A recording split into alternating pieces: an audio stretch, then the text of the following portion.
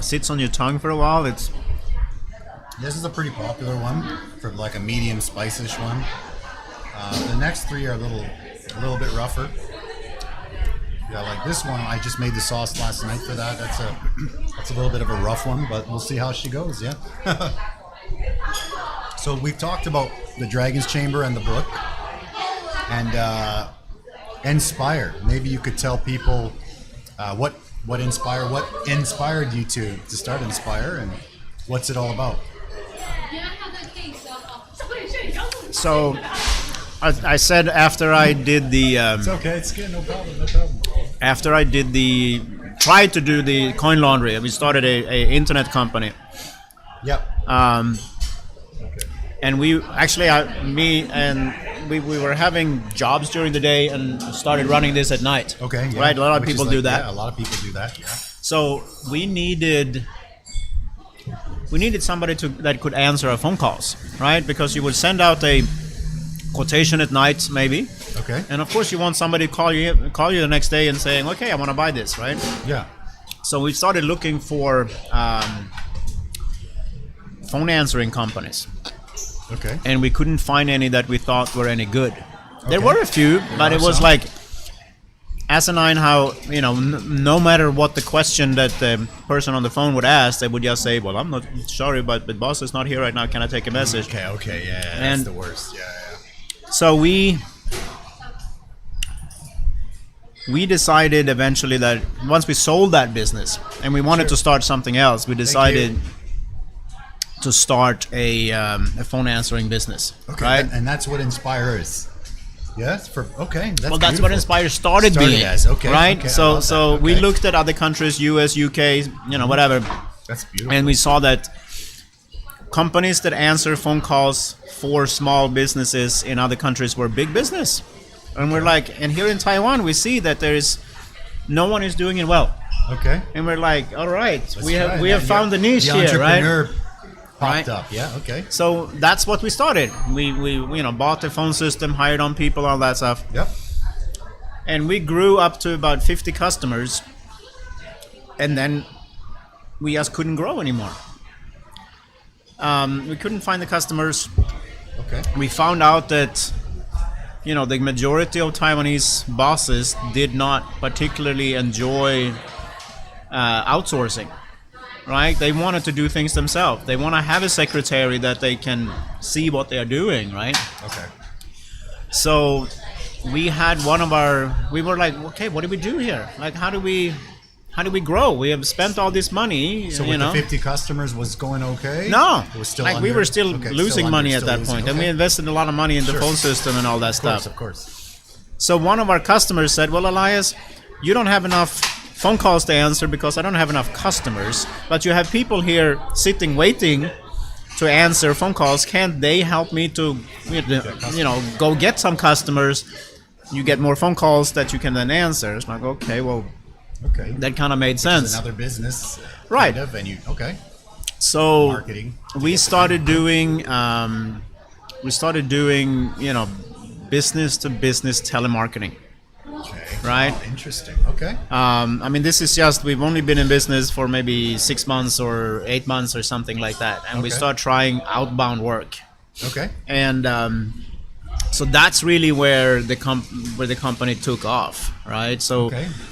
We are now, for the last 18 years, we've been 18 serviced. Beautiful. I love it.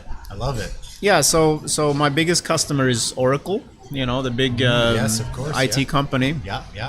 And about 80% of our business is large foreign IT companies. Okay. So we help them to find business customers in Taiwan. Right. So I'm curious if the phone answering, sort of like the portable secretary, whatever. Right. Is it hard if, let's say, you've got Oracle and you've got Eddy's Cantina, which is a completely different thing, right? And you've got I don't even know what would be like a makeup shop, right? Like they're very different things. That's doable.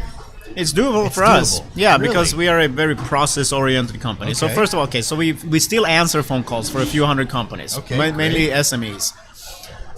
So we have a team for that. You know, a phone call comes in, the computer will pop up with all the information about that customer, right? So when they start answering, you know, it's all there.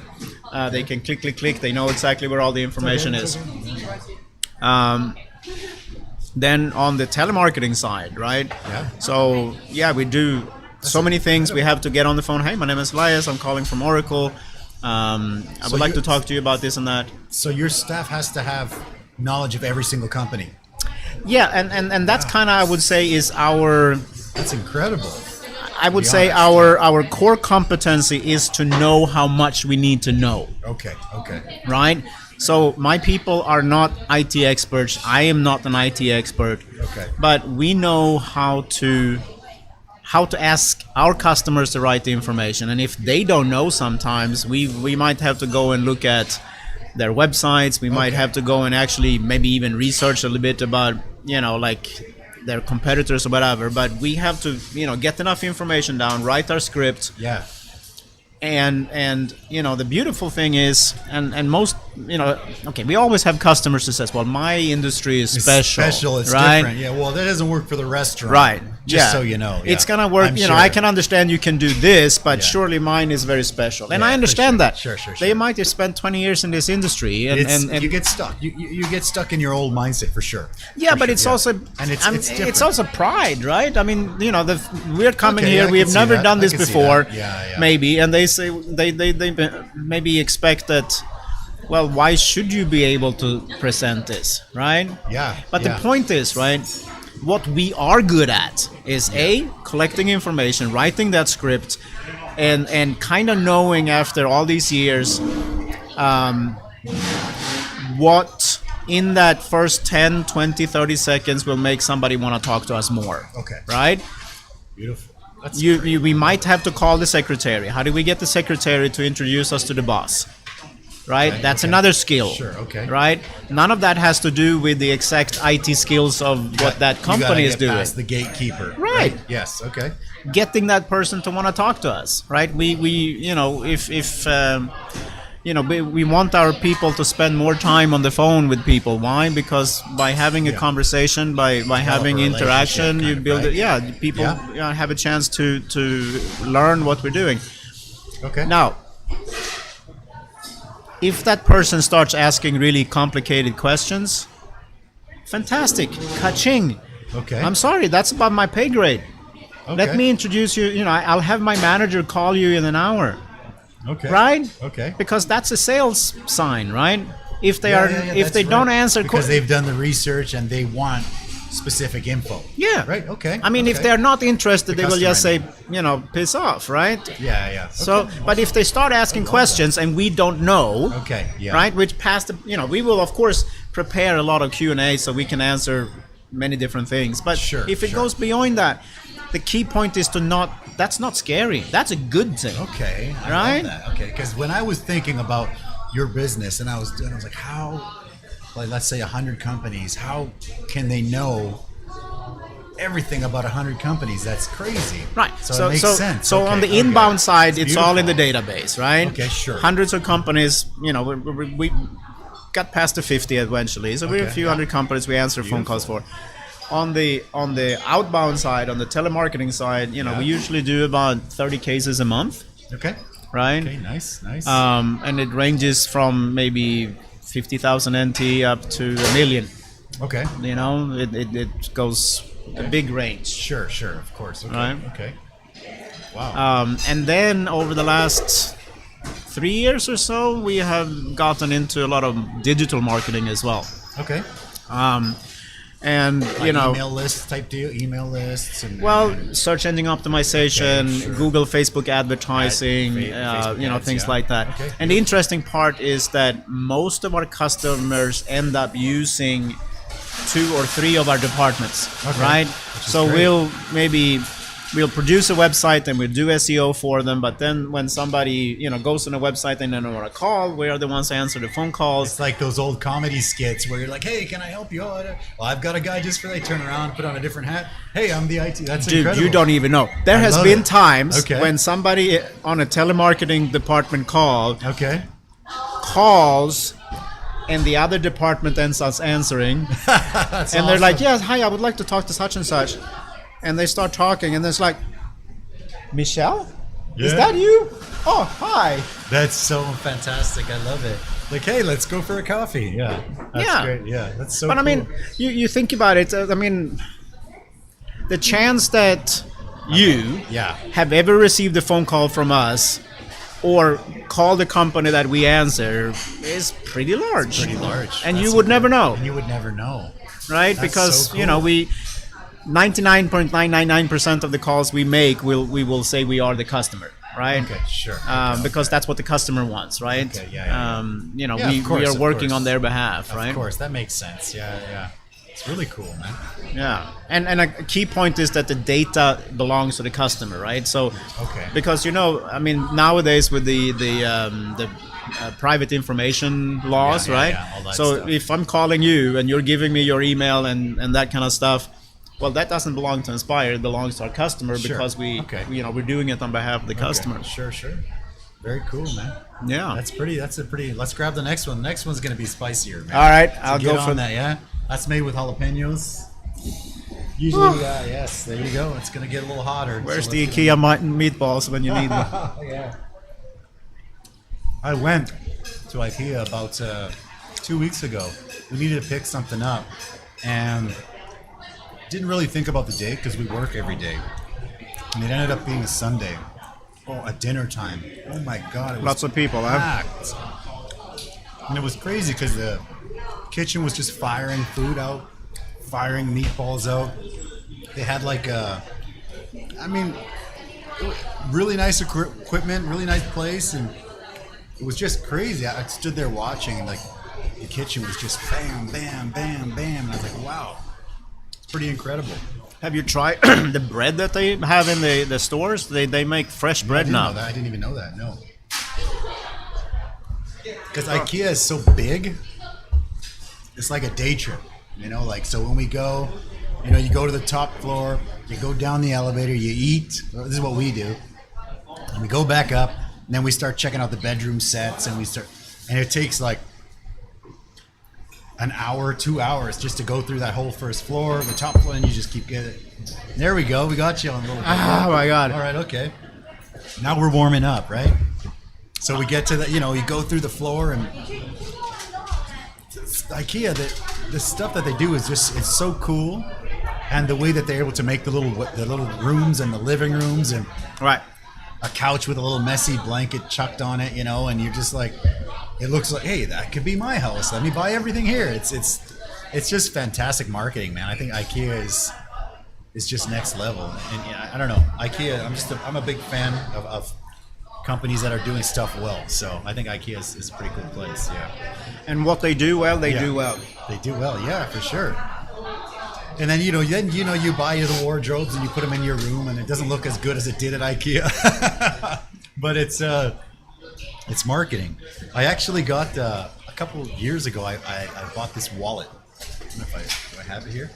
I got this wallet. It's from this Australian company, and I don't know. I was looking at wallets, and then you get pixeled, and I can't even remember the company's name. It's just a regular wallet, and Bellroy, I think it's called. Anyways, the marketing is so good. It's about the slim wallet, and I don't know. I kept watching these videos over, and I'm like, this is really cool. They kept popping up, really good. I ordered a wallet, and at the end of the day, I was so excited. It came in a really nice box, and packaging was a little expensive.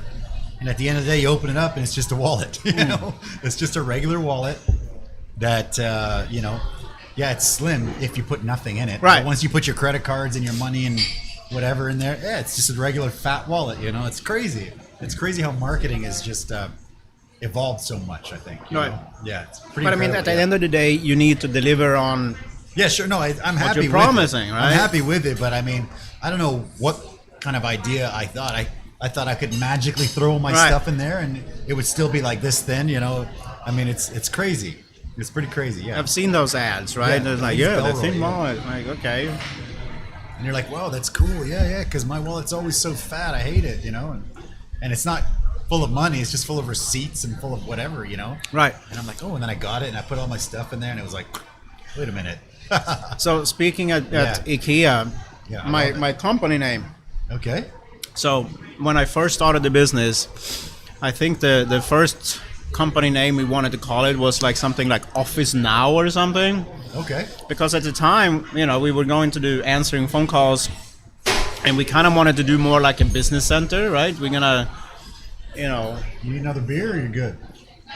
I'm getting to the end of it, so if you're game for one, Sure, yeah.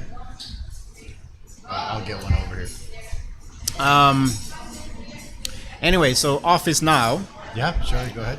which would have been a horrible name in the long run, in my opinion, because it wouldn't have covered like all the stuff we're getting into then, right? It's not expandable, right?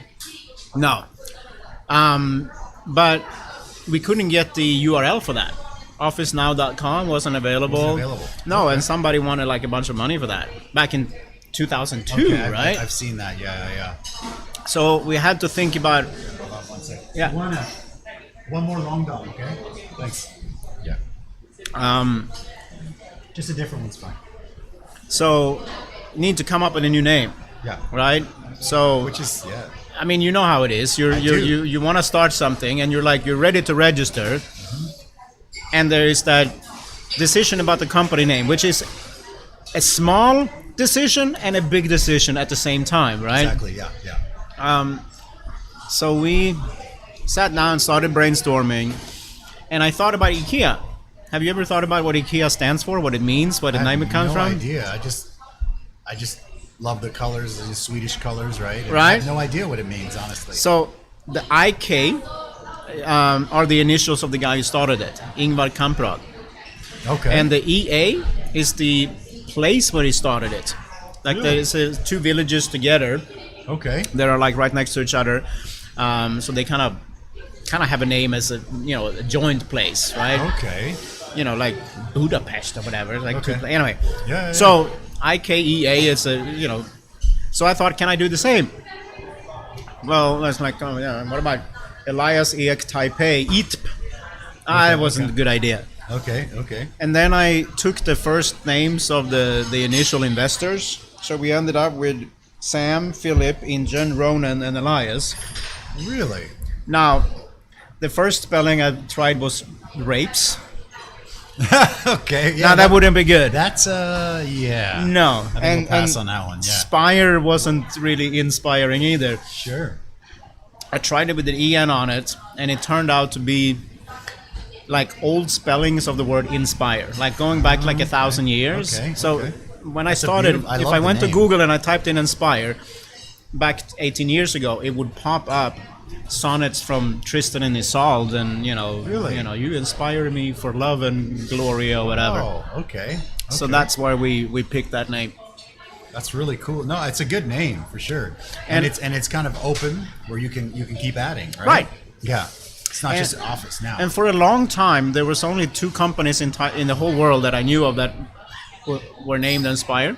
It was us, and there was I think a photo studio in Canada. And the guy who owned that company had a son named Elias, which I find to be, okay, that's amusing. pretty cool. That's pretty cool. Yeah. Very cool. So It's a great name. I love it, man. yeah, so we do a lot of, like these days, and I find it interesting with like this new breed of customers we're taking over with the digital marketing and so on, is where we kind of do everything, right? Like they just kind of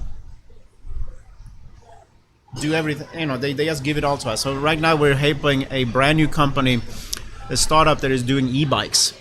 Okay, that's cool. So they are just now starting out. They are literally...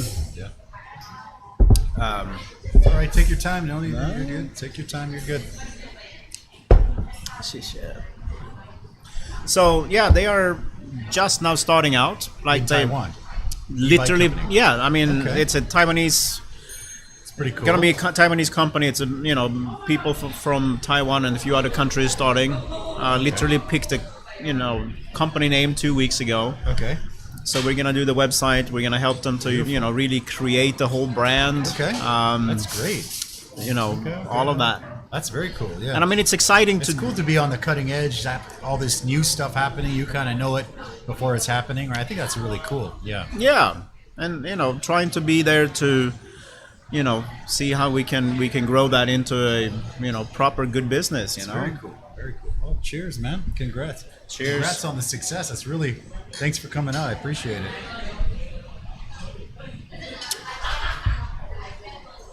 It's very cool. Very cool. So at the beginning, we were talking about the Dragon's Chamber, right? That's next week, 2 weeks. Next week, I believe. Well, so the actual event is not going to be until the 21st of November. Okay, but the deadline for the applications is on the 14th of September. So for people that want to apply, I mean, we have a description and a link in the description. What do they just fill out a form? Do they have to have the pitch right now, or do they have? When will they need their first pitch ready?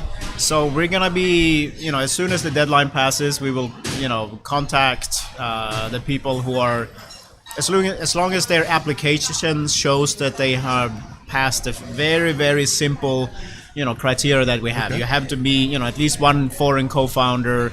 Okay. You have to have a business idea or a business that you want to grow, and so on and so on. As long as they pass the minimum of requirements, we will have them come in to give their presentation as an audition. Okay. And they go to your office to do that, or we do it at my office. That's beautiful. I think so. You mentioned they have to have some kind of foreigner as a co-founder. Yeah. That is because you want to. It's for the foreign community, or well, exactly. I want to. Course, the whole people behind the Dragon's Chamber is that the purpose is to give foreigners a platform, right? Beautiful.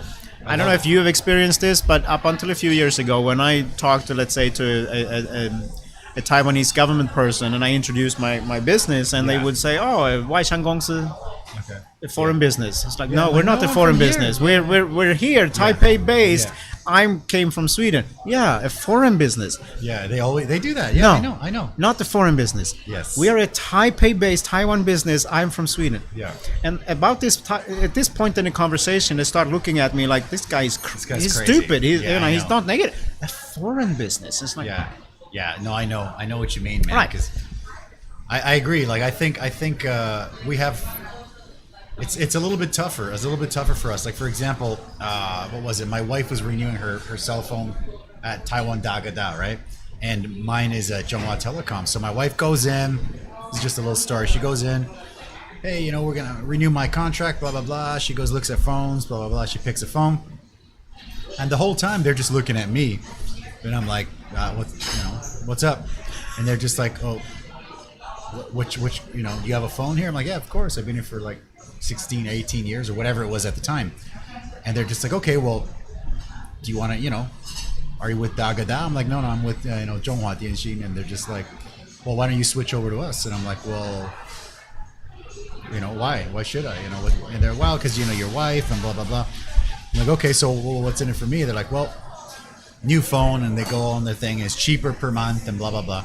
And I said, okay, well, the most important thing to me, it's maybe stupid for you, but my phone is 100% in my name. Yeah. My wife doesn't have to sign. Right. Like I had my phone since my second year in Taiwan, and it's just there's no, like, everything else I do, because I'm married to a Taiwanese, my wife has to sign basically. Right. My credit card has to be a co-credit card. Everything has to be, like, it's crazy. I'm like, and they're just looking at me like I'm nuts, and I'm like, they're like, yeah, no problem. I'm like, so it's gonna be in mine? Okay, I'll switch over, no problem. So I go over there, pick a phone and blah, blah, blah. I'll go through the whole thing. All the way to the end. It takes like an hour. We go, and they're like, okay, so you just sign this and, we're good to go. And I'm like, okay. And he's like, no, your wife's gonna sign it. And I'm like, no. My wife's not gonna sign it. Right. And they're just like, but all you have to do is let your wife sign this, and I'm going to give you a free iPhone.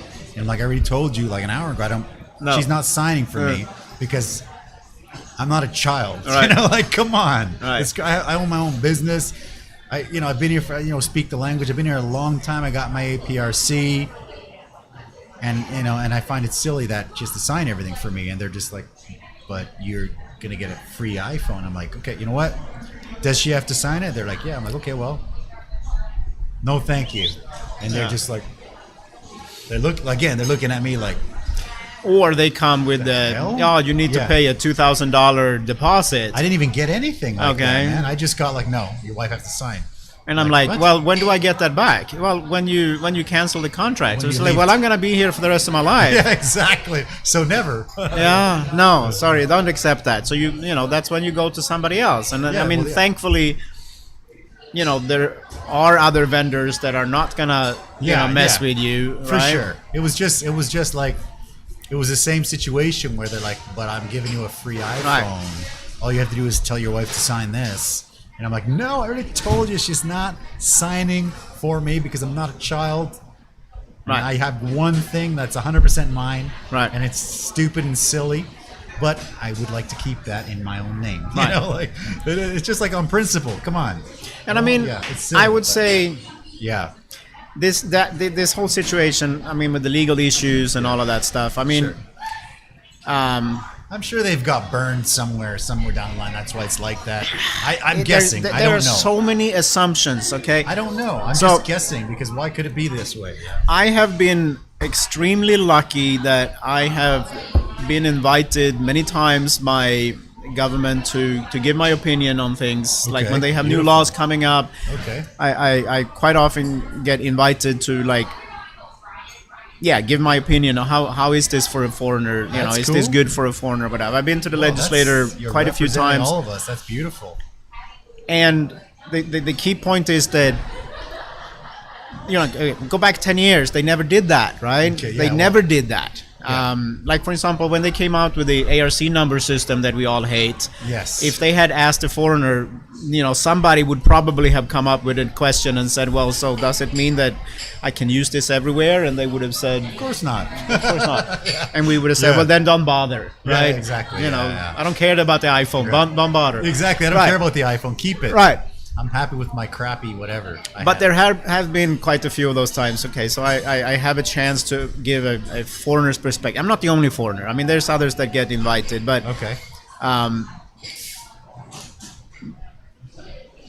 but I think so. Some things have been improved, right? Oh, for sure. Yeah. I agree. Yeah. But you know, the fact that they're even asking is I appreciate that in itself. Yeah. I appreciate that. Yeah. But I remember, for example, was it 2 years ago, there was a new law being implemented, and I was sitting at the National Development Council in a big room with about 50 people talking about a law that has all to do about foreigners, and I'm the only non-Taiwanese person in the room. And I'm like, couldn't you find some more people to invite? Yeah, that's not surprising, but at least you were there. I mean, I'm guessing that's probably been going on for a while, and you weren't there, and there was no foreigners there. Right, so my point is, okay, so one of the reason why we're doing Dragon's Chamber is, of course, we want to help the companies that are there, but by showing off what foreigners are achieving. I mean, think about the U.S., for example. Of course, yes. What would the U.S. be without immigrants? Oh my gosh, right? Yeah. If you think about a whole other topic in itself, companies like Google, like Intel, like you know, and so on and so on. I mean, there's so many companies that have had a foreign co-founder. Of course, right?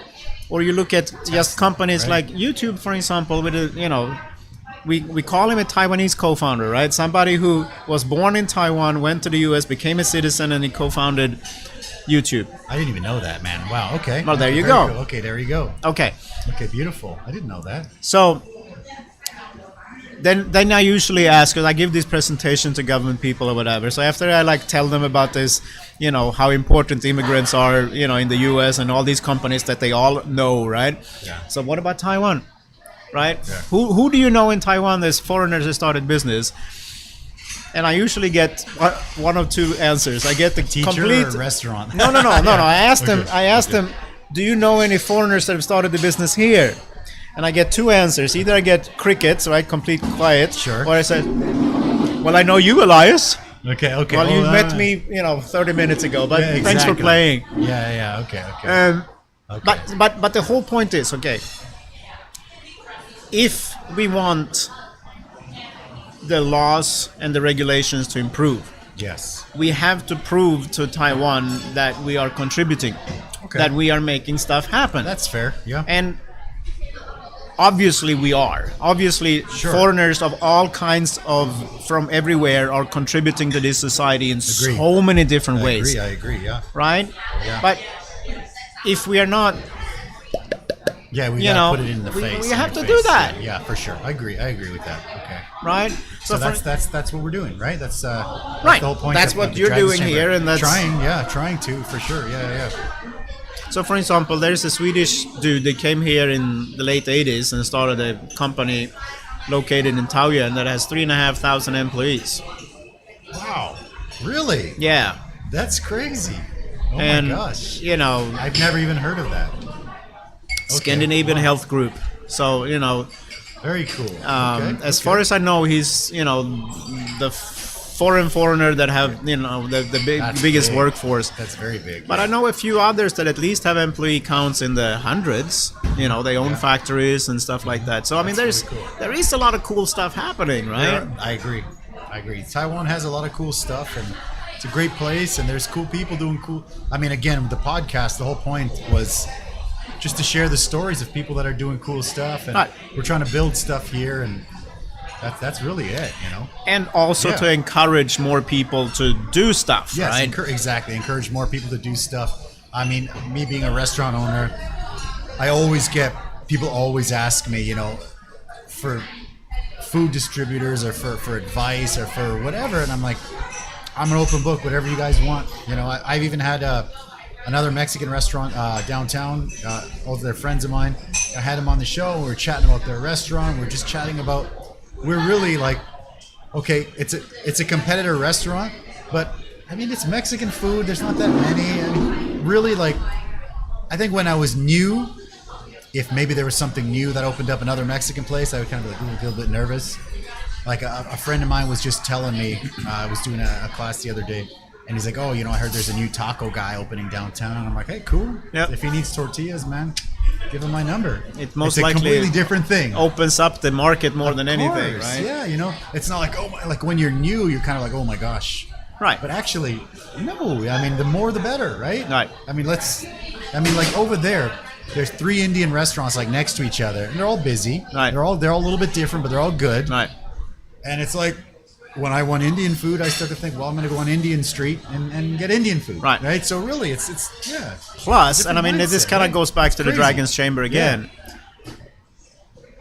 When you start a business, most likely your idea is crap. Oh, for sure. Let's face it. The first idea you come up with is most likely not good. Yeah, for sure. And by talking to other people, oh my gosh, yeah, you know, it will get better. Yeah. Right? If I had spent a few more days talking about phone answering services, I might have started something completely different. I agree. For better or worse. But I agree. I think there's also 2 extremes as well. Like I know a lot of people that want to open a restaurant or a food cart or a stall or a food truck, and they've been talking to me about it, setting up their costs and setting up for years. Right. I'm like, man, what's the plan? You got a spot yet? And they're just like, I'm still working on this. And I'm like, okay. And, you know, and these are great people, good friends of mine. It's tough. It's a tough thing to start. But I'll be like, okay, so are we starting? What's going on? They're like, yeah. I call them wantrepreneurs. Okay, wantrepreneurs. Right. I never heard that. There's the people that, I want to do this. Yeah, there's a lot. There's a lot of people with the idea guys, right? I mean, and this is not like the people I'm talking about. I'm talking about this is what you should do with your restaurant. This is what you should do, and this is what you should do. And I'm like, man, thank you, but you know, do that with yours. You know, I don't have one. I'm like, well, right. You know, I mean, we're doing pretty good, and we've been doing it for 14, 15 years, and we didn't make any money for like 10. Right. The first 10, we're not making any money, but we're like living on that dream. We're like, no, it's gonna be good. It's gonna be good one day. It's gonna be good. Keep going. You know, someone offers to buy you out, and you're like, okay, well, maybe let's do that. And they lowball you, and you're like, screw this guy. I'm going down with the ship if I go down. And then you're just like, no, I'm gonna make it work. I'm gonna study Facebook ads, you know, and I'm just gonna like buy a guru course from Tai Lopez or whatever. You know, I'm like social media. I gotta do something. Right. I'm gonna make it work. Right. And then if you go all in, and you're like, okay, it starts to go up, and then you're like, wow, it works. I mean, it's tough still, but Yeah, I agree. I think you got to sometimes you just got to jump in. Definitely do the research. You got to research and you got to ask, but you got to jump in sometimes too, right? And I mean, one of the big things that I did not understand when I first started out was that if you ask in the right way, just about everybody is available to give you advice, right? Okay, yeah, okay. Like, let's say that you need advice from some lawyer or some specific person in your industry or whatever. If you come knocking in the right way, in a respectful way, you show that you've done your homework or whatever. Everything. Yeah, sure. Nearly everybody is willing to give you an hour of their time. I agree. And I did not know that 20 years ago. Well, nobody knows until you're kind of on the other side, right? Yeah, I agree 100%. I mean, I've offered my time to countless people, and some of them have just gone for it, and some of them have not, and yeah, for sure, it is what it is, man. I agree 100%. Right, but I mean, that's exactly why, I'm saying, okay, we show off what people are achieving. Yes. So people maybe that are sitting with that half-baked idea or whatever, they maybe can get the inspiration to go out and talk to another bunch of people and get that just go for it, right? idea together and say, okay, well, I'm gonna give it a go. And I think there's more things popping up, like All Hands Taiwan, right? Things like that popping up, where it's like meetings and events and stuff. It's like, hey, I think things are happening. Right. I think it's fantastic. I love it. So I would actually say, when we're talking about, okay, this book, whether it's outdated or not, okay, yes, there's a few laws, but the biggest way that this book is outdated is that, like, again, there wasn't a startup community back then in the way that it is now. Right? Okay. So if anybody is out there and they're thinking about they want to start something, if you know what you want to do, make a list of people you want to talk to, and you start talking to them, and you ask them after you've got they have answered your question. You ask them, who else should I talk to? That's right. Great. Yeah, I think that's great. And if you want to find something out, you find somebody that knows more than you and you ask them, right? Right. Yeah, I agree. And another one is, okay, so let's say that you're somebody who you don't know what you want to do yet. You just think that, okay, I'm not satisfied in my job. Sure. And I'm thinking about, I want to be my own entrepreneur, I want to start my own business or whatever. But you don't know really what. Okay. I think one of the best ideas is to go. Have you heard of an event called Startup Weekend? I have not. No, let's hear about it. So Startup Weekend is something that started in the US. Okay. It's an event where the format is that you get together on the Friday night. Okay. And usually there's maybe 100, 200 people that get together. Okay. And anybody among those people that have a business idea gets up on stage. You have maybe 30 seconds to pitch. Hi, my name is Elias. I think there should be a website that does this and that, and to make this happen, I need some programmers and some designers and some sales guy. Boom, I go and sit down. And after everybody with the idea has done their pitch, these people in the audience all get to vote for the top 8 or 10 ideas or whatever. If I'm one of those 10, I now get to recruit among this group of people, and they will come up if they think they are. I said I needed a programmer, a designer, whatever. So they come in. Hey, I like your idea. I'll join your team.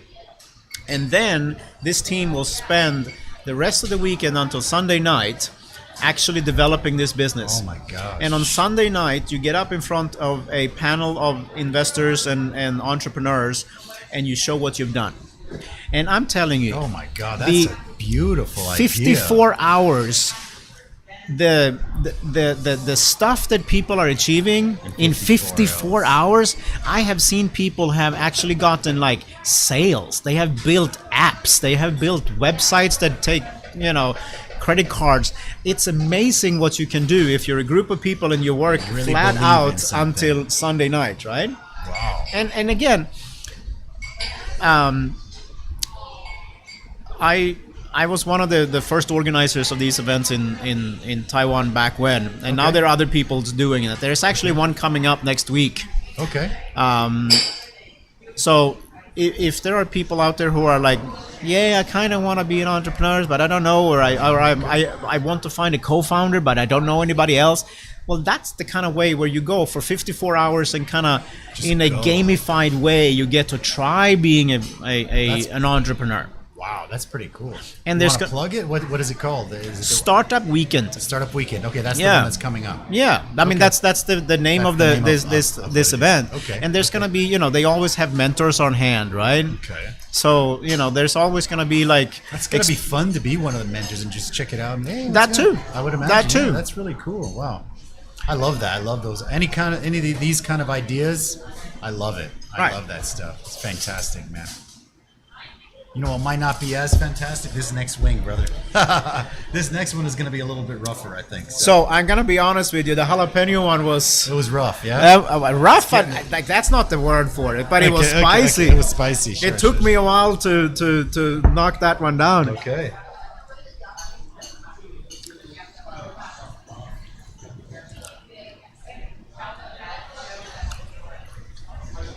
Oh. Yes, no?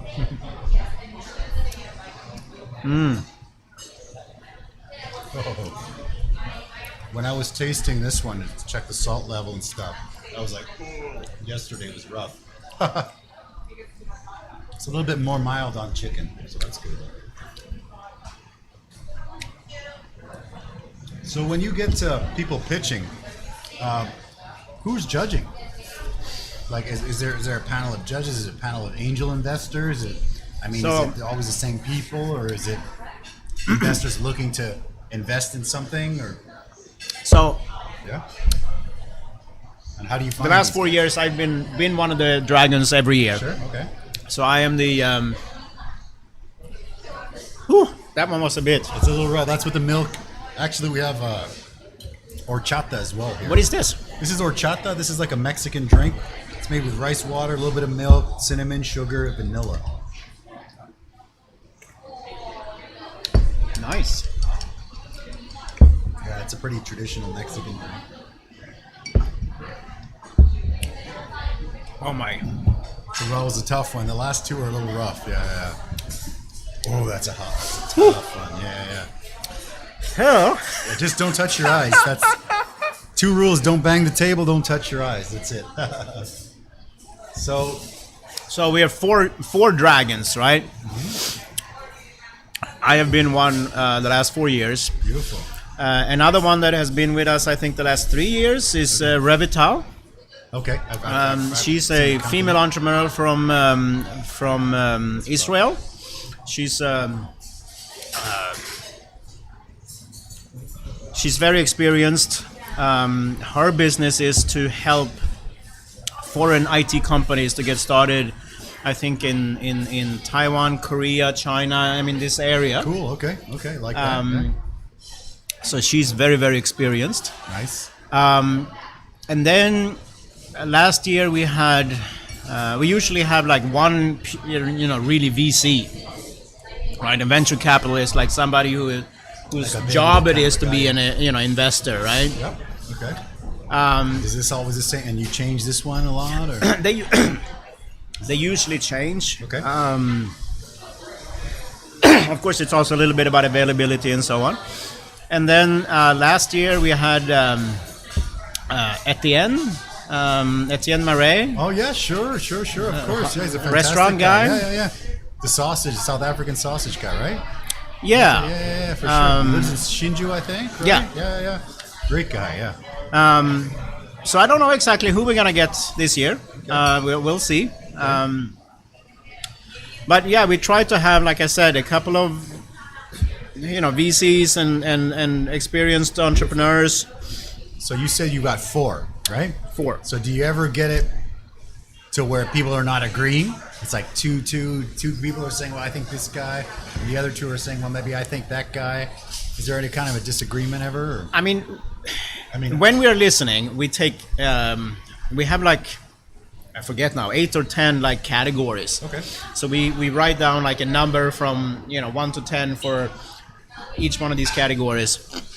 Okay. So usually, with 4 people filling out numbers, usually there's always one that is like, have the highest number. It might be close, but it's the highest number. Okay. So that makes sense. So that. Okay. Yeah.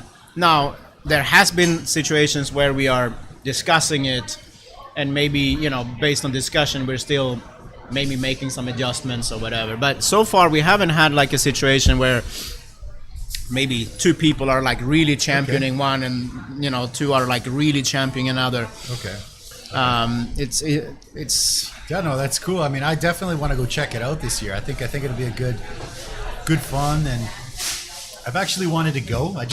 Sometimes with a restaurant you just get stuck. Right. I want to go check it out though. Yeah, for sure. That sounds well, like fun. November 21st. Okay. In the afternoon. So you need to register for Meet Taipei. So I'm not sure if you can do it right just yet. I mean, just to go watch, right? Yeah. Yeah, so you're ready because you need, in order to get into the arena where the show is. Okay. You need to register with Meet Taipei. Okay. And then once you're in, there's gonna be, those 400 startups that you can look at if you want to. There's gonna be. I love going to those places, man. It's so much fun just to see what's going on. Yeah, I mean, there's the energy of all these things that are happening. Yeah, I love it. Yeah. Very cool. I mean, for example, in years past, I haven't thought that Taiwan-made software has been very good. Not very pretty, in my opinion. But in the last few years, I feel like we've started to see more and more. But I mean, Taiwan was a hardware country, right? The software was, in my opinion, often an afterthought. Okay, sure. But in the last few years, we've started to see more and more companies that are doing, good-looking, functioning software. Good. Okay. And I mean, unless you go out and start looking, you might sit here and you sit here forever without looking and thinking, assuming, right? Right. Yeah. I'd have to agree. Yeah. It's really cool, man. I think it's a really cool community that's coming together, and again, that's another reason why I started this, because they're just people doing good stuff out there, man. And if we can contribute a little bit, I'm all in on that for sure. Yeah, love it. I mean, I would imagine that you agree with me that one of the things, at least I would like to see, is more immigrants being able to become Taiwanese citizens. Oh my gosh! I mean, you know what's crazy about that? The actual Taiwanese citizens, they have no idea. No. They have they have no idea. They'll be like, I speak decent Mandarin, and I'll be chatting Mandarin with people, and they're like, oh, how long you been here? I'm like, about 18 years. They're like, oh, you're Taiwanese now. Oh, okay. And I'm like, well, I have a Yongzhou Zhu Liu Zhen. Right. And they're just like, no, but you have Taiwan ID, right? No. And I'm like, no, I can't. Right. And they're like, you're not allowing me. Huh? And they're just like, wait a minute, what? And I'm like, yeah, no, I can't. And they're just like, well, why not? And I'm like, well, I have to, if I want that, I have to like cancel my Canadian citizenship. And they're just like, no way. Come on, that can't be true. I'm like, it's true. Right. And they have no idea. And they're like, but you have a business and you have like 10几个 Taiwanese staff working for you, with you. And and like you must pay a lot of tax. I'm like, yes, I pay a lot of tax. Trust me, because we try to do everything as legal, Right. And they're like, okay, so you should have Taiwan ID. And I'm like, I can't get Taiwan ID. I should, and I'm like, I'm agreeing with you. I should have Taiwan ID, right. But I cannot. Apparently now there's special circumstances, so it's getting better, right? Slowly, I think. But yeah, no. So definitely. I mean, yes, there is a loophole now, or whatever. There is a specific niche, right, where you can specialist or something. Yeah, you can right? apply to say, okay, have you contributed to the Taiwan society? And I have promised myself I have to apply. So I have to get on that soon. Sure, of course. Yeah. I want to try. I would think you should be able to get it. I don't know. So the way I look at it is that now somebody might actually want to shoot me after I say this. But no. You think about most of the people that have gotten citizenship this way now has been like priests. Nuns and priests and people who have like dedicated their life to taking care of. Every time I see it, that's what I see. Right. Yeah. I'm like, okay. And I give all credit to those people who have dedicated themselves that way. Of course. I see myself as, okay, let me, not to be bashful, but I think I have contributed something to this country as a regular person. Sure. As a regular person who isn't dedicating myself on the level that they are to that social cause, right? I agree 100%. Yeah. So I kind of feel like I should apply, because if I don't get it, then we can kind of know that this is... It's a little silly. Yeah. But I mean, there's been a few people that have gotten it. Well, like regular people, like, I would think if you apply and you get it, then that starts to give hope to me. You know what I mean? Like other people that, like, I've been here, like I have, I've done a lot with people here, and I've coached, and I have kids that I taught kindergarten to, and I have coached that come and see me here, and they're like 25. Right. And I taught them kindergarten, and I've impacted them in such a great way. I have kids that I coached. They're inviting me to their wedding. I coached them when they were 8. Right. And I have staff that started with me 15 years ago. They've gone off to other places. They still come to eat. They still come to visit me. And I mean, I'm trying to do, anything that I can do to, like this podcast. Like, I also have Taiwanese people that come out, and I find Taiwanese people that are doing cool stuff. And I'm like, come, let's chat about it. Right?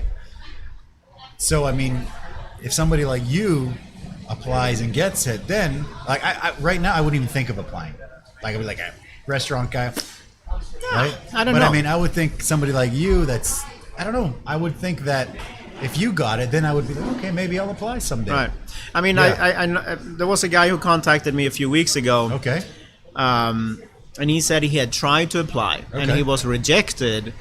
I mean, he figured, okay, he's been in Taiwan for a long time. He speaks way better Chinese than I do. Sure, he reads Chinese very well. Yeah. He has a demanding job, which does very well in that is, providing value to his customers, all of this stuff. Of course, yeah. And he figured that would be enough for him to become, be accepted. And they rejected him because he said, no, that contribution to Taiwan needs to be more in a public way. Not just you doing well in your little job sitting in your office. No, you have to, like, have you created something? I mean, maybe they would look at this podcast. Maybe, yeah. You're right. I mean, I don't know. No one knows, right? Nobody knows yet. Right? Well, if you ask 2 people, they might say something different, right?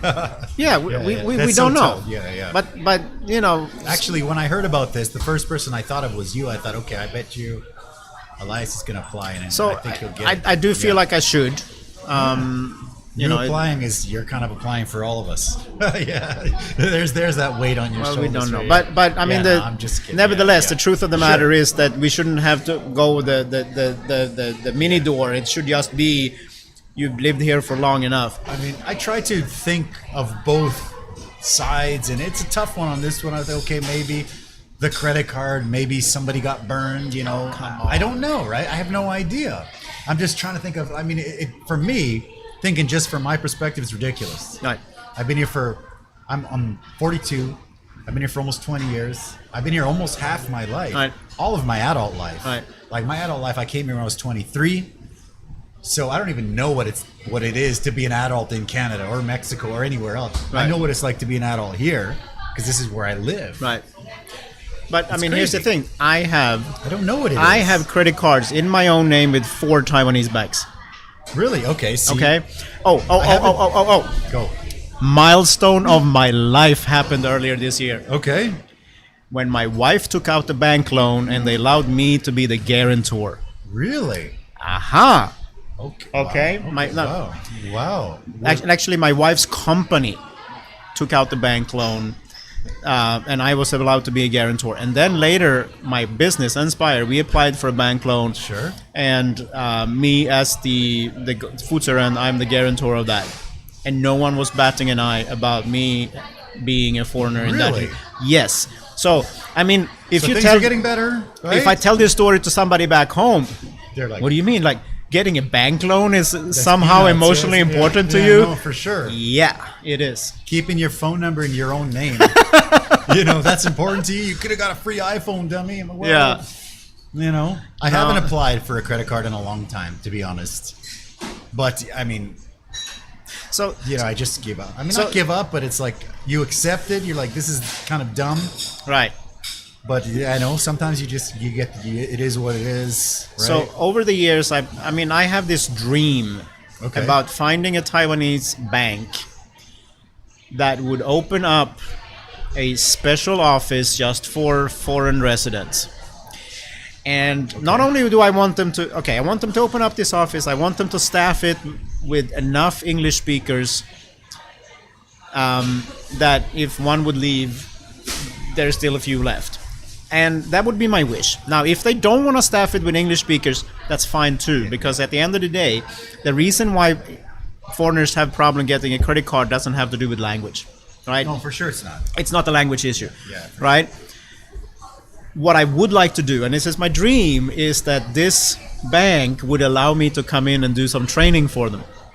I would like to invite about 10 other foreigners in to meet with their staff so they can see we don't have horns. All right, Right? when it happens, let me know. I'm in, man. Right. I'm in. Yeah. Because we all know how it is to walk into a bank branch Oh my gosh. and you're like, I avoid it like the plague. like man. they're the people behind the desk. They Yeah. don't like it either. That's the Yeah, thing, yeah, right? yeah, It's like, yeah.小王，这边有一个外国人，你会说中英文吗？哎呦 Yeah, oh, It's 怎么办 like- 怎么办 they get scared, right? And they're like, 你会讲中文吗? I'm like, 会. And they're just like, and then they start to speak English. I'm like, no, I know what I'm doing, and I'm Right. speaking Chinese. I'm like, I can do this, no problem. And they're just like, they get up and they're just like, Right. what are we doing here? I'm like, chill. just relax. Let's deal with this. Everything's I'm not cool. asking for something, really Yeah, weird. Exactly. But so what I'm saying is, right, I've been actively talking to banks Okay. about this. Whenever I meet like somebody in like a management position, I ask them and I try to get them to introduce me to their higher ups. And I've had some meetings with like people on a CEO, chairman level on banks. Great. Okay. Yeah. Yeah. But for example, I had a meeting with a bank branch manager once. And we sat down and we talked about the issues that foreigners have with banks, whatever. Okay. Oh, And he man, I'm said, curious about this. said, well, of course, for example, you're a foreigner. I can't get a credit report on you. And I said, that's not right. Yeah. As long as I'm living here and I'm doing any business and banking here, there is a credit report on me, course like there is, anybody. yeah. Of Says, course. no, there isn't. He says, yes, there is. And he wouldn't believe me. So I literally took the taxi down to the credit report office, the Joint Credit Center. And it took me 20 minutes in line. I got myself my credit report. I went right back to the bank and here is my credit report. Okay. And he couldn't believe it. And so here's the thing, right? So much of what's the problems that we are having in Taiwan, because in most of it, it's not legal issues. For people like you and me, right now, for sure. we all know that for Filipinos and the people who are here working, I know. they sucks too. that completely sucks. completely It sucks, really disgusts me that It the really rules, the labor laws are different for different people. Mind blowing, to be honest. Yes, Yeah. it's shameful. It is. Shameful. It really is. Yeah. Yeah. Yeah. Anyway, if we're now talking about the Yes. privileged foreigners like you and Sure, me, sure. the problems we are having in most cases are not legal, right? The bank, there is nothing in the rules around the banking system that prevents you from having a credit card. There's nothing in the banking rules that prevents you from being a guarantor for a loan and so on and so on. Okay, well, None. I guess not. Not anymore. There used to be, but there isn't anymore. Okay, so why do we have these problems? Why is the ARC numbering system different? Why is it that the pension system for foreigners used to be functioning the same, but a completely separate administration? It comes from an assumption that foreigners are just different and should be different, right? Oh, yeah. Okay, Right? Okay. So that bank branch manager, he just made the absolute assumption that because we're foreigners, obviously it cannot be working the same as for a local person. You know what I mean? Yeah. And again, we're coming back to the reason why doing this podcast or doing Dragon's Chamber or Sure. why foreigners that are being successful should, I would like them to step up and kind of show what they are doing and achieving. Agree. Because it's the only way that we're gonna get people to open up and say, huh, right? Yeah. Okay. Yep. Yeah. So maybe they are just regular parts of society. I think we're a pretty decent part of society. I mean, like, I don't know. I mean, I'm not to toot my own horn, but I mean, we have quite a few staff, and I have a lot of Taiwanese friends, and we're cool. We're right. fine with everybody. I mean, like, there's not. It's not perfect anywhere, but I think we're doing well. I think we're taking care of people. Yeah. It doesn't matter. Like, we have Taiwanese staff and Indonesian staff and Filipino staff, and and everyone's the same right. to us. There's no hierarchy of foreigner. It's right. Everybody's just people, man. I mean, right. Just be nice to people. That I saw your. I have to cyber stalk the people that I interview, and I saw your I think it's the religion thing on Facebook, and it's like, I believe in myself, and that's beautiful. Right. Because not that there's anything wrong with religion, but I mean, what I believe, what I was taught is just be cool, and what I teach my daughter is just be cool, just right. be nice to people, and if they're not nice to you, still be nice to them, and if they're really mean to you, just don't play with them. Right. That's it. I mean, it's really. I mean, my 8-year-old, her social skills are fantastic, and it's very simple. Like, everybody, all the kids in her school love her because she's outgoing and she's cute and she's just funny. And because everyone likes her, there's always going to be a small percentage that don't like her. Right. And I'm like, just be nice to everybody. And if these guys are being mean to you, then just don't play with them. Right. That's it. You don't have to hate them or have any feelings toward them. Just be like, hey, right. Okay, cool. I'm just doing my thing. Right. Just be cool. And I've taught that to most of the people that I've taught and that I've coached and that I've been associated with since I came, and I can see a lot of that in the people that I know that I don't want to say raised, but the people that I've had an influence on. Right. I mean, everybody's just like, yeah. Right. I mean, and of course, that's part of what's great about Taiwan is that in most cases, most people are so accepting of people being different or whatever, sure. right? That's fantastic. Yeah. No one really walks around asking what religion you have or whatever. It's like, okay, no. you are what you are, right? Yeah. I mean, there's even the gay marriage thing and all that, and like, yeah. I have gay friends that are fantastic. I also have some gay friends that are not that fantastic. Right. But it doesn't mean it has anything to do with them being gay. It's just because, I have Mexican friends that are fantastic. Right. I have Mexican friends that are less than fantastic. Right. It doesn't have anything to do with them being Mexican. Right. Just some people are cool and some people are assholes, and it's just gonna happen sometimes, right? Yep. And I think we're okay, right? For sure. Just be nice to people and don't play with them if they're not nice to you. That's simple. Like for me, I try to help as many people as I can. I have people always asking me for distributors and for who does this and who does that and where'd you get the idea for this and that and who can I talk to about this, and I'm like, I'll go out of my way to send them to the right place. Right. I mean, I think should be that way. Right. Yeah. You scratch my back, I scratch yours is kind of like something I learned as a kid. For sure. I mean, I don't know if that's even a saying anymore, but I'm a little bit dated here, but that's the way it is, I guess, So let's get that last one, man.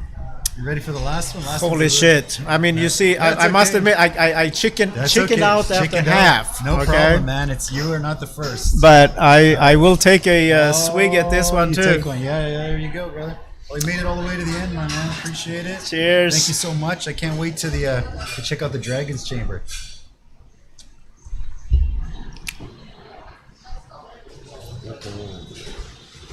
Well, initially this one is not bad, but I can feel how it's coming. It's coming, right? Yeah.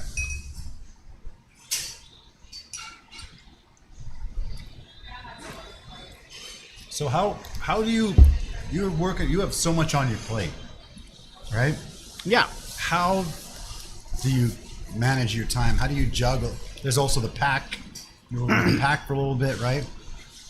I know that one's hot. Just don't touch your eyes and you're good. Yeah. How do you manage to organize yourself with all of this stuff going on? Like, how are you time management or juggling? You know, whatever you want to call it.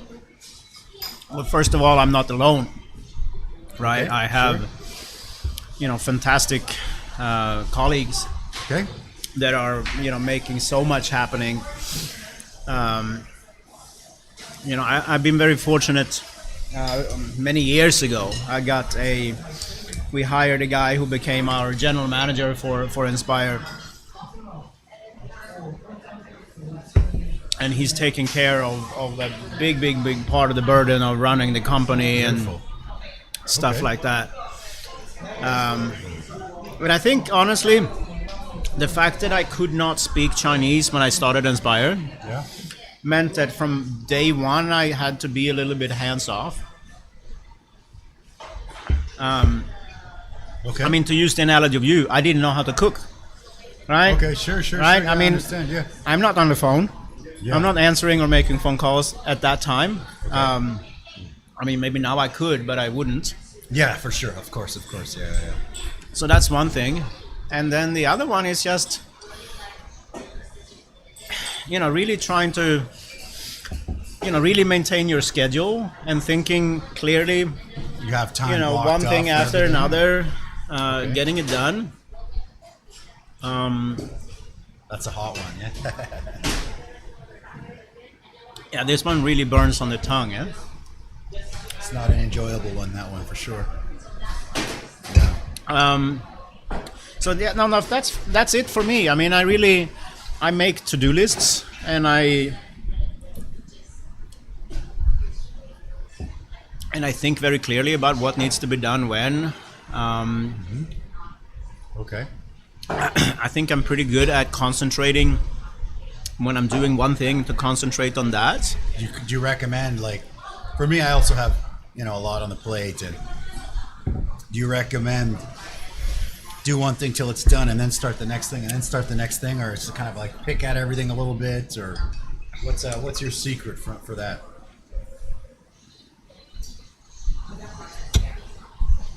I'm more an hour at a time, I think. Okay. So you dedicate 1 hour to this, next hour to that.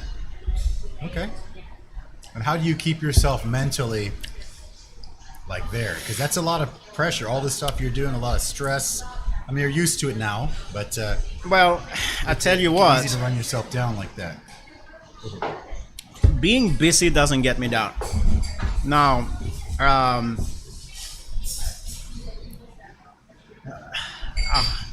It's a little rough, the last one. February last year, Okay. I was up way beyond 100 kilos. Really? Okay. Yeah, I have you do look lost- super slim. Yeah. I'm down more than 30 kilos Okay, beautiful.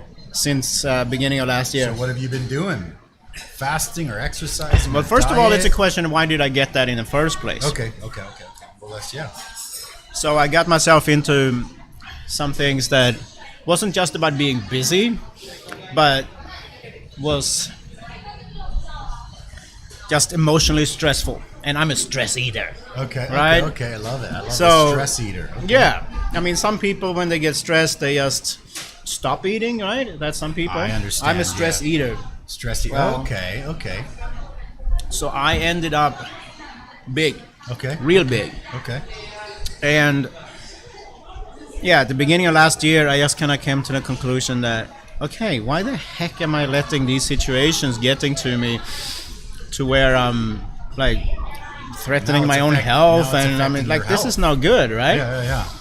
So what I did was I set a running goal for myself. Okay. So this is in February, March last year. Okay. I set a goal, okay. 19. Okay. Yeah, 2019. I said by the end of April to 2020, I'm gonna be able to run 10K in 50 minutes. Okay. So at the time, I could jog and walk 10K in 1 hour and like 20 minutes. Okay. Right? Okay. Sure. So that was a very ambitious goal, to shave 30 minutes off of that time. That's a big goal. for Right. sure. Yeah. So, but I started by just going out and freaking walking three days a week, right? Okay. Just going out walking. Like a 10K or just let's go for a walk? The first couple of times it was probably just like 2-3 kilometers maybe. Beautiful. Right? Okay. Yeah. I think that's the way to do it, right? Just slow and steady. People start to think, I can't get there, so why try? Right. And then eventually started jogging. Nice. And then eventually I got a few months in, had lost like 10 kilos. Beautiful. And then I joined a gym. Okay. So I signed up with a private trainer twice a week. Okay, good. And, first I thought, okay, I'm just going to do this for like 3 months. Okay. And then I'm probably do it by myself or whatever. Yeah. Now I'm come to the conclusion, Kevin, if you're listening, I'm going to be Shout out to working. Kevin. Yeah, I'm going to be working out with you until you retire. There you go. Beautiful. Okay. And most people think that, like they're going to hire it, learn it, and then do it on their own. But I'm going to guess there's nothing like somebody kind of guiding you, because you're always the leader. You're always the main guy. Right. So to have somebody... That's what I like, right? Yes. I just show up. Yes. And here is a guy that for 1 hour, he's just telling me what to do. Yes. And my job is just to do. Just do it and shut up. Yeah.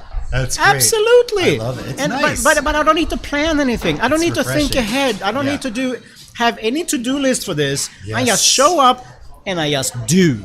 I love it. Yeah, right? Yeah. So I've been going twice a week now for a little bit more than a year. Beautiful. Okay. And I go out running, by myself because cardio is good for you as well. Sure. Of course. And just to decide that I'm not gonna get this emotional crap. I love it. Okay. Get to me, and then you also start realizing that, like what I was doing was. When I'm stressed, I would go and buy a meal, and I would buy something extra. Yeah, like a dessert or a snack. Right. Yeah. Right. Sure. And I don't know about you, but I had a mother who said, whatever is on your plate, you have to finish it before you left the table, right? Sure. Don't you set one foot on the floor until that plate's clean. Yeah. Okay, I have promised myself if I ever do have kids, I will not tell them that. Yeah, I know. Because when I moved I promised myself, and I still sometimes do it, and she's like, yeah, I'm full. Right. And she gets up and walks out. Because I was kind of okay until I moved to the US, and the portion was a bit portions are bigger, huge. Well, Canada and the US, the portions are just a little bit out of control. Right. Whenever I go back, I'm like, that's a kid's meal? Jeez. Right. Yeah. So I got pretty big in the US and Sure. kept that going here, but okay. Anyway, so now I make down 30 kilos now. Yeah. Beautiful. That's great. I love that. That's great. Okay, so for the last year and a half, I have really incorporated, exercise in my life in a different way, and I think it is instead of taking away from my work, my entrepreneurship, I think it's adding to it. Keeps the mind sharp, I believe. No? Yeah. And again, it's nice to check out and have someone tell you what to do, right? Yeah. I agree with that. And I can, I'm a numbers guy. Okay. Right? I like numbers. That's one of the things I like about business. Or for that matter, somebody come into Dragon's Chamber to do some pitching, right? What is a good pitch? Do they have the numbers? Do they know their business? Do they know how much money they think they're going to do? Do they know what margins they think they're going to achieve? So I apply that same thinking to my exercise. Yeah. I have apps for, my weight. I have my apps for my running, everything. Okay.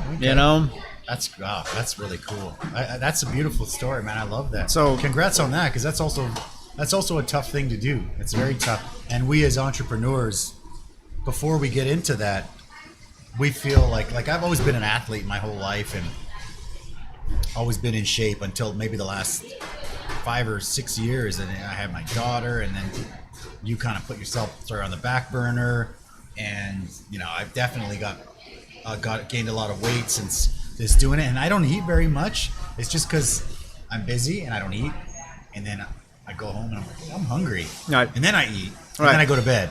So that it's taken a long time for me to get out of that, and I have been going to the gym again, and in high school and college I was a personal trainer. So I don't need to hire a personal trainer, but I recently started Brazilian Jiu-Jitsu. There's a school up here. Shout out to Fair's Academy, fantastic. and I love it because I'm a white belt. I don't know shit except for the stuff I watch. I watch UFC, but I mean that doesn't really translate. And I'm like, I don't know anything. And last week I got like my first stripe on my white belt, Right. and it was great. I mean, this is great because I mean, there's a guy who they always partner me up with, and we train together because he's a big guy, and he's a higher belt than me, and he's like 19, and he's like, this is what you do. And I'm like, this is great. Right. This is cool because I don't have to think. If I have questions, I talk to people who know more. What we were talking about earlier. Right. You find someone who knows more, Right. and you ask, right? And that's what, it's great. I love it. I love going. And then I'm also competitive, so I don't like to lose, and I am losing every time. But I'm learning a lot when I'm losing. And then I'm done, and you check out and stuff, and I'm walking home because it's about a 5-minute walk from my house, and I'm just like, I'm exhausted. And I didn't really feel it. I'm like, oh my gosh, I'm so fried, like mentally and physically. I didn't think about work or wife or kids or the numbers or the staff issues or the event that's next week or tomorrow's podcast, anything, except for I got to get this guy, Right. And I'm just, there's some guys that I can't ever catch up to, and it's great because I don't know, it's a really cool thing, and I love it. Yeah, I mean, just that thing that for 1 hour this thing is in my bag over there. Over there, it's yes. it's the ringer is off. No one can reach me. Like I love it. Yeah, it's like just I'm busy like lifting, deadlifting something, and it's like you're out. You're out. You don't have to think about anything. And somebody's saying, do this, do this, do this, do this. And what fascinates me about weightlifting, I've never really. I mean, Sure. I've done some a little bit before, but not in this. Not as serious. Sure. It's not just brute strength. No, it's Right? definitely not. Yeah, You have to do it in the right way. You don't get hurt. Yeah, of course. I love that part about just learning something new. That's great. You know what I mean? Yeah, I think, and it's nice to be like a white belt. Right. To be somebody that's just, you're on the bottom. I don't know nothing, so let's get started. Right? Yeah. Especially at this age, it's a cool thing. I'm really enjoying it. I'm loving it. I'm trying to squeeze out another evening where I can get out and go twice a week.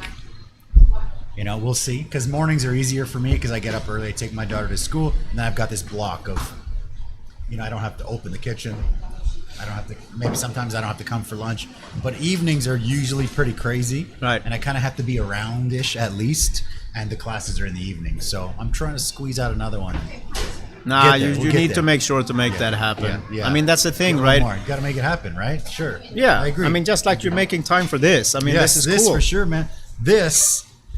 We are almost at every Wednesday for 1 year, including New Year's Day and Christmas Day and Chinese New Year. That's like, it's crazy. So you're right. I just got to make it. Yeah.